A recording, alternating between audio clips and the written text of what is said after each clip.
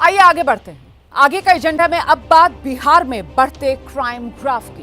बिहार में अपराधियों पर लगाम नहीं लग पा रहा। पिछले 24 घंटे से ज्यादा वक्त बीत चुका है, लेकिन अभी भी जो घटनाएं हुई हैं बिहार में, उनको लेकर पुलिस के हाथ खाली भी बताए जा रहे हैं। देखिए, ऐसे में बड़ी खबर यह है कि पिछले 36 घंटे में बिहार में अब तक 7 मर्डर हो गए। कल भी बिहार में 2 लोगों की गोली मारकर हत्या कर दी गई थी। सरकार विपक्ष के निशाने पर आ रही है।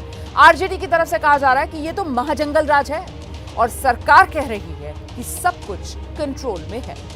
इस सब के बीच सवाल बड़ा है। जिस सुशासन के नाम पर नीतीश सरकार खुद को आरजेडी सरकार से बेहतर बताती रही, क्या वो सुशासन अब लापता हो गया है? जानकारी मिल रही है, बीते 15 घंटे के भीतर बिहार में 2 जगह और गोलीबारी हो गई।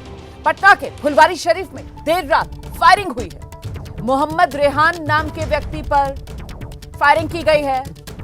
थोड़ी देर पहले छपरा में एक व्यवसायी को गोली मार दी गई है। व्यवसायी को 3 गोलियां लगी। व्यवसायी की हालत गंभीर बताई जा रही है। तो एक के बाद एक ये वारदात जो बिहार में हो रही है और बिहार की कानून व्यवस्था को कटघरे में खड़ा कर रही है और बिहार के सुशासन पर सवालिया निशान लगा रही है।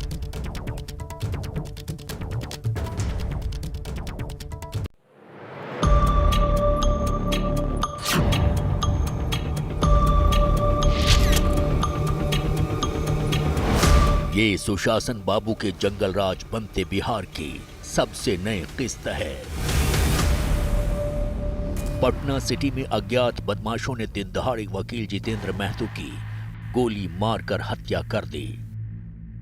पुलिस अब सीसीटीवी की मदद से अपराधियों तक पहुंचने की कोशिश कर रही है। वहीं छपरा में अपराधियों ने सरकारी शिक्षक संतोष राय की गोली मारकर हत्या कर दी। फायरिंग में शिक्षक के ड्राइवर को भी गोली लगी है।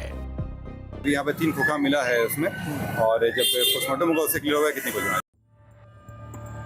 पुलिस कुछ भी कहे, लेकिन जो तस्वीर बिहार से एक के बाद एक सामने आ रही हैं, वो ये तो साबित कर रही हैं कि बिहार में पुलिस का इकबाल खत्म होता जा रहा है।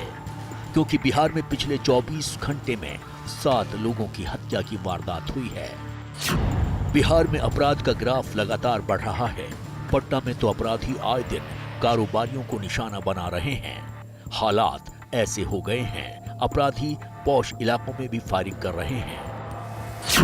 पटना का कंकड़बाग इलाका शनिवार शाम गोलियों की आवाज से थर्रा उठा।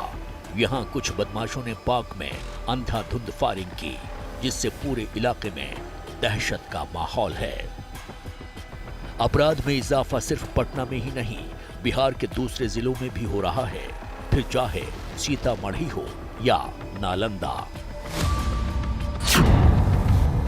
बिहार का नालंदा, जो मुख्यमंत्री नीतीश कुमार का गृह जिला है, शनिवार को डबल मर्डर से थर्रा गया।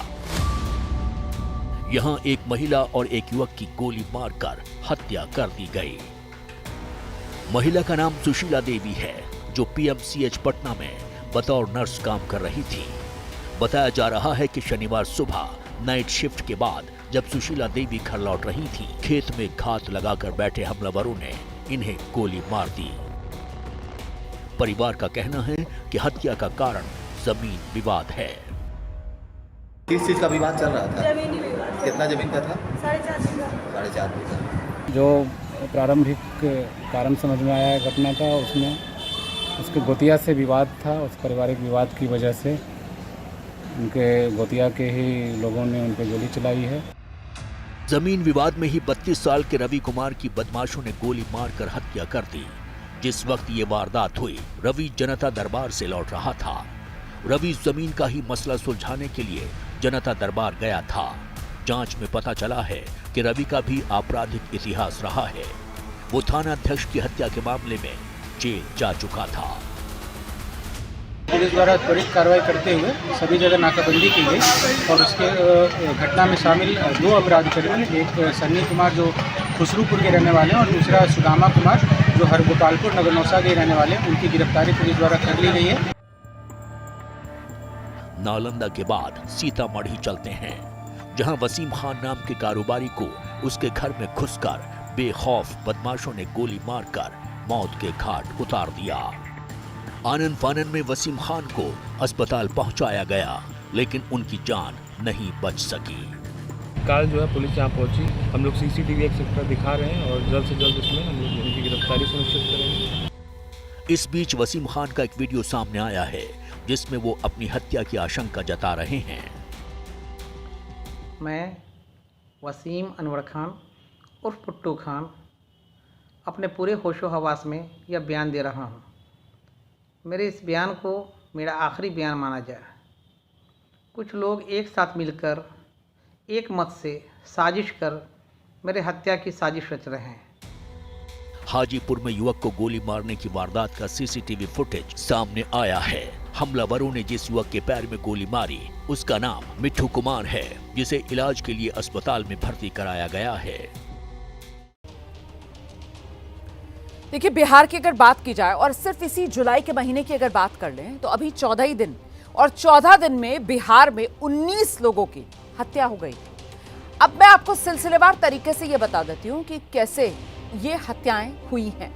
13 जुलाई 2025 पटना में वकील जितेंद्र कुमार की हत्या कर दी गई। 12 जुलाई को पटना में गोलीबारी हुई है। 12 जुलाई को हाजीपुर में जानलेवा हमला हुआ है। 12 जुलाई को सीतामढ़ी में कारोबारी की हत्या कर दी गई। 12 जुलाई को नालंदा में नर्स की हत्या हुई, युवक की गोली मारकर हत्या कर दी गई। इसके अलावा 10 जुलाई की अगर बात की जाए, पटना के वेटनरी कॉलेज में गोलीबारी हो गई। पटना में कारोबारी रमाकांत की हत्या कर दी गई। पटना में कारोबारी रमाकांत की हत्या और साथ ही एक बुजुर्ग की खेत में जो सो रहा था, 10 जुलाई को जहानाबाद में हत्या कर दी गई बुजुर्ग की। 8 जुलाई सद्दाम नाम के शख्स की हत्या कर दी गई। 7 जुलाई को रंजिश में अजय यादव नाम के शख्स की हत्या कर दी गई। 6 जुलाई को हिंसक झड़प में 2 बच्चों की हत्या कर दी गई। 6 जुलाई को स्कूल संचालक अजीत कुमार की हत्या कर दी गई। 6 जुलाई को डायन होने के शक में एक ही परिवार के 5 लोगों की हत्या पूर्णिया में कर दी गई। गोली मारकर युवक युवती की हत्या हुई 6 जुलाई को नालंदा में। चाकू मारकर इंजीनियर की हत्या कर दी गई मुजफ्फरपुर में। 4 जुलाई को कारोबारी गोपाल खेमका की हत्या पटना में हुई। बीच सड़क तलवार से काटकर 3 लोगों की हत्या सीवान में 4 जुलाई को ही हुई।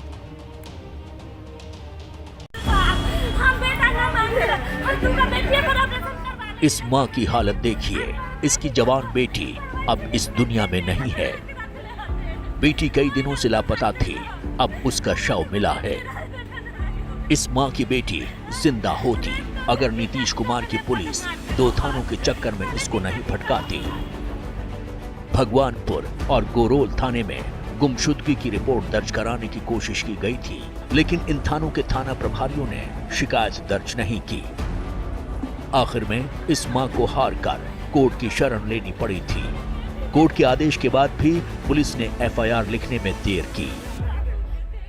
मेरी बेटी कॉलेज गई थी एडमिट कार्ड लाने के लिए, वहाँ उसको किडनैप कर लिया गया। उसके बाद उसे रेप करके मार दिया गया। वैशाली की रहने वाली संजना अपना एडमिट कार्ड लाने कॉलेज गई थी, लेकिन फिर घर नहीं लौटी। 1.5 महीने बाद उसका जमीन में गड़ा शव मिला। अब भगवानपुर और गोरोल एसएचओ के खिलाफ एक्शन लिया गया है। जो पीड़ित हैं, इन लोगों ने कोर्ट में केस किया था।